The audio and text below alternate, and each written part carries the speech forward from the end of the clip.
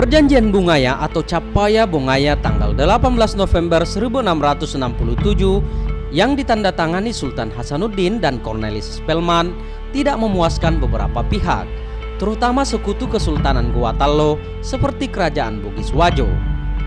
Untuk menghindari kondisi yang mengecewakan atau tidak memuaskan karena ditandatanganinya perjanjian Bungaya tersebut dan pertikaian antar kerajaan di Sulawesi Selatan mendorong banyak kelompok bangsawan Bugis Makassar merantau atau berimigrasi keluar dari Sulawesi Selatan. Adapun kelompok bangsawan Bugis Makassar yang berimigrasi keluar daerahnya dengan tujuan membangun strategi baru untuk melawan VOC atau membangun harapan guna memulihkan kembali keadaan yang kacau di Sulawesi Selatan. Namun ada juga kelompok yang merintis jalur perdagangan niaga yang baru. Sebagian masyarakat Bugis Makassar yang terbiasa berlayar tak bertahan di Makassar sebab ruang gerak mereka dibatasi VOC. Mereka dilarang melakukan pelayaran dalam jarak jauh atau ke pusat-pusat perdagangan rempah-rempah di wilayah Nusantara. Kelompok-kelompok orang Bugis Makassar dari Sulawesi Selatan yang bermigrasi pada abad ke-17 hingga abad ke-19 seringkali termasuk perempuan dan anak-anak.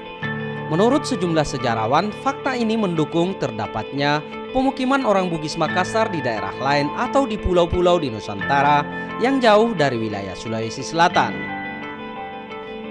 Perang antar kerajaan di Sulsel yang terjadi hingga abad ke-19 bukan saja mengakibatkan munculnya redistribusi penduduk di kawasan Nusantara, tetapi gerakan ke daerah-daerah terpencil di kepulauan lain yang jauh dari jaringan perdagangan Bugis Makassar sebelumnya.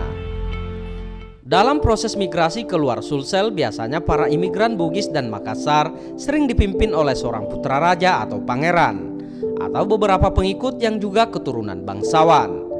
Di tempat baru, orang Bugis Makassar biasanya melibatkan diri dalam berbagai peristiwa sosial politik lokal, termasuk peperangan.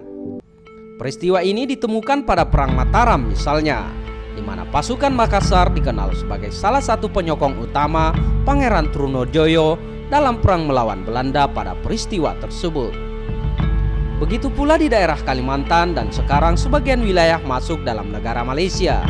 Sejumlah kerajaan di daerah tersebut seperti Selangor dan Johor merupakan keturunan bangsawan Bugis Makassar.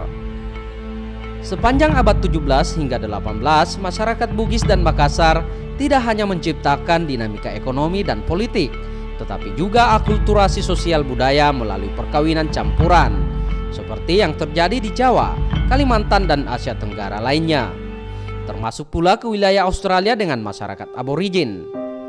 Hal ini tak hanya berlaku pada masa perlawanan melawan VOC, jauh sebelumnya juga demikian, seperti pada pelayaran yang dilakukan dalam rangka berdagang atau bekerja sama dengan kerajaan lain. Jejak masa pra-VOC dapat ditemukan pada tokoh sejarah penghulu bahasa Melayu, Raja Ali Haji, atau lengkapnya Ali Haji bin Raja Haji Ahmad. Tokoh ini lahir di Selangor atau sebagian menyebutnya di Pulau Penyengat pada tahun 1808 dan meninggal pula di pulau yang sama pada tahun 1873. Ia adalah penulis, sastrawan, dan sebagian pula menyebutnya ulama. Pada abad 19 keturunan Bugis dan Melayu. Dia terkenal sebagai pencatat pertama dasar-dasar tata bahasa Melayu lewat buku Pedoman Bahasa, buku yang kemudian menjadi standar bahasa Melayu. Bahasa Melayu standar ini pula lah yang dijadikan dalam Kongres Pemuda Indonesia 28 Oktober tahun 1928 sebagai bahasa nasional yang kini digunakan sehari-hari oleh bangsa Indonesia dalam berkomunikasi.